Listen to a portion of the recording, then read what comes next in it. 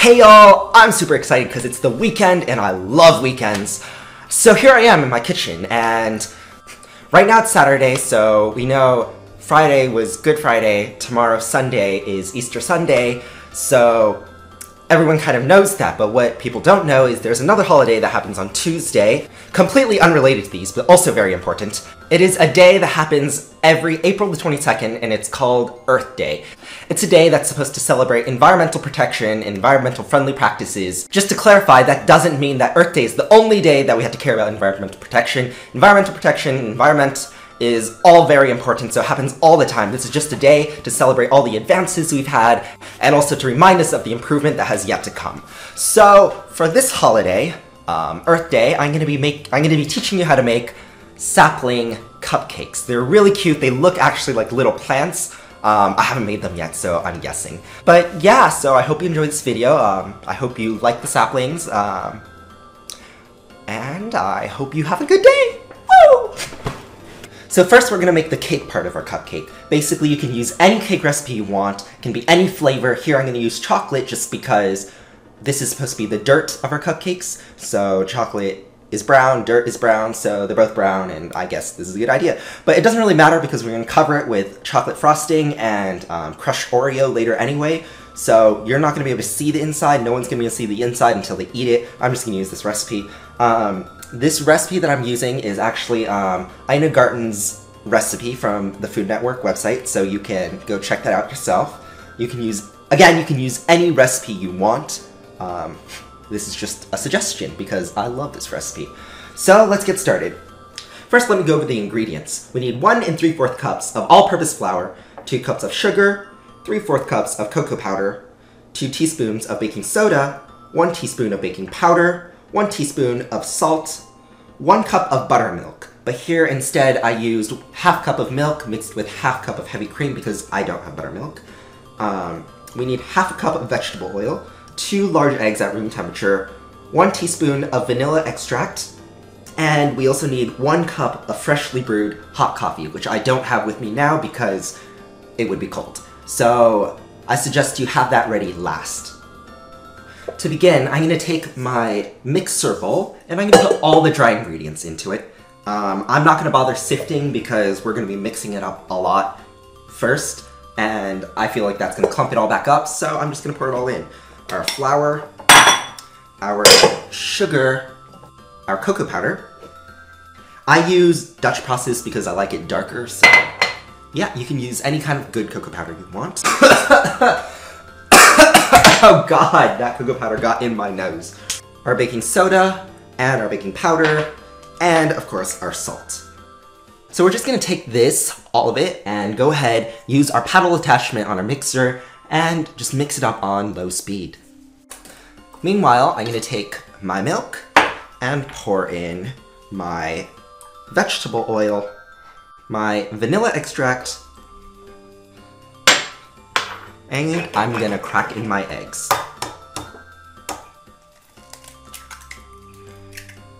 And we want to use the entire egg, not just whites or yolks. So we're just gonna take a whisk and whisk this together nice and smooth. Alright, once that's nice and smooth, we're gonna go ahead and add our wet ingredients in.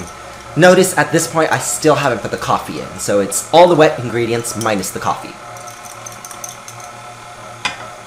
You're gonna see it's gonna start to clump up because you don't have much fluid in there, and then as you add the rest of your fluid, it's gonna all start to come together like a batter. So our batter is now very smooth, everything is fully incorporated, so I went ahead and brewed my cup of coffee. We're gonna continue mixing on low speed and slowly add in our coffee until just mixed, and we're gonna immediately stop our mixer because we don't wanna over-mix. So, let's do it.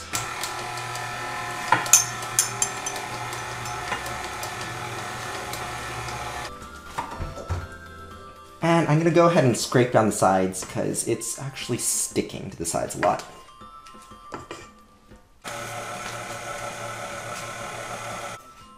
You want to make sure there are no clumps in there because occasionally if you take your spatula and you lift it out, you're gonna get like a big clump, and you want that all to be mixed in so you don't get like some very liquidy parts and some really thick parts. You want it all to be completely smooth, so keep mixing until you get it to that point. Alright, so now for the fun part. I have here small little clay pots, and I've lined the bottoms with just a little circular piece of parchment paper that I cut out so that your batter doesn't leak out of the hole from the bottom. You can probably make a lot of these. If you don't have enough pots, you can use just mini cupcake liners, or you can even just make normal cupcakes or cake. In this case, I'm just gonna make 6, because that's all I have. I'm gonna save my remaining batter for another video I'm making, so that I don't have to make this batter twice. So yeah, I'm gonna go ahead, basically fill them up about 2/3 of the way, and yeah.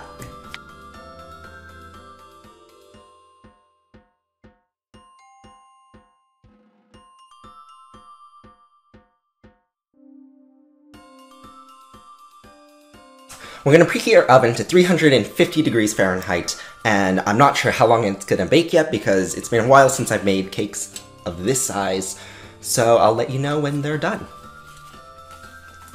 So I'm just here waiting for my cupcakes to finish baking. I checked on them just a second ago, and they actually overflowed. So I guess just fill them halfway. So I guess change of recipe. Only fill your cups halfway, don't fill them the whole way because they will overflow and it is not a great experience. So I guess I'm just gonna have to salvage what I can, trim the edges, I guess. I think it'll be fine, but just don't listen to what I said before. Listen to what I say now, only fill it halfway. I'll see you when it's ready. So I just pulled these out of the oven, and as you can see, they've definitely spilled out, like, quite a bit. So again, if you listen to my advice and you don't fill it 2/3 of the way and only fill it halfway, this shouldn't happen. I'm just gonna cut off the edge because this looks nasty. But, sorry.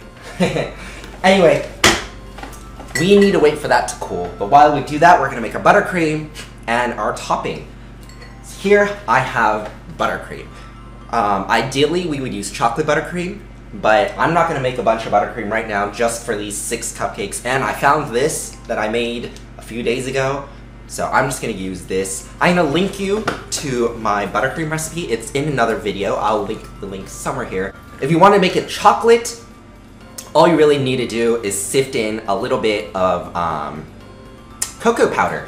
So basically, if you watch my video, I sift in my powdered sugar into my mixture in 2 different rounds. So if you want to make it chocolate instead of vanilla, what we're going to do is sift in, with your first round of sugar, sift in 2 tablespoons of any kind of cocoa powder you like. So I'm just going to use this for the sake of not wasting money, I guess. But we're going to wait for that to cool, and right now I'm going to show you how to make the topping. And by the way, if this video seems really hectic, that's because I'm so freaking tired. And if you see anything lying in the kitchen, you're like, why is that there? He never used that in this video. That's because I used it in the other video, so forgive me. But yes, let's get started with our topping. So here I'm using Oreo cookie pieces. If you don't have these, which I don't even know why I got these, like they're just as expensive as normal Oreos. You can just take normal Oreos, crush them up. Basically what we're gonna do, we're gonna measure out half a cup of these. You might need more if you're making more cupcakes. I'm only making 6, so this is all I'm going to be using. If you need more, just scale up this recipe. It's really simple recipes. So what we're going to do, we're going to take some just plain old cocoa powder. We're going to take a tablespoon. And we're just going to stick it on our blender until it's all well mixed. So my cupcakes are now cool, and as you can see, I kind of trimmed the little tumors off the end. It stains the pot, so you're going to see it once you put the buttercream on, but, I mean, it doesn't really matter. So I'm going to go ahead and take my buttercream and just pipe a little layer on top of this pot. You don't really need to pipe it, you can just take a glob, put it on, and spread it. I'm going to pipe it and then spread it, because I think it's easier, but do whatever you like.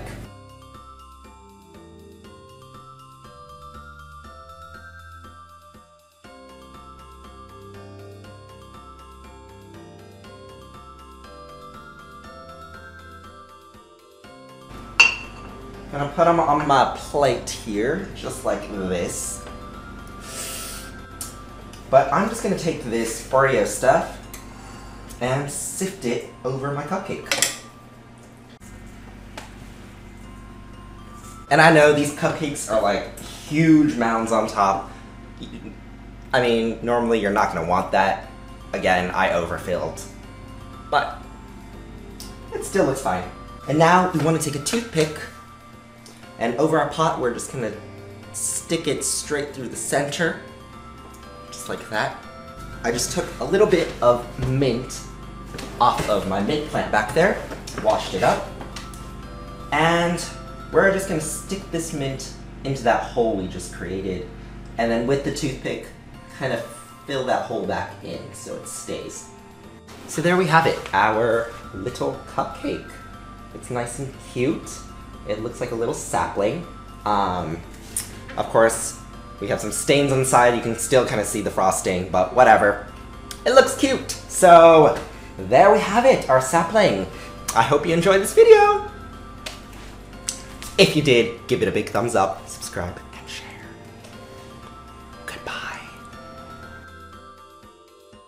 You get the idea, so they look more like Easter eggs. So I'm just gonna finish all these up, and I will see you later. So here we have it, our Easter egg macarons.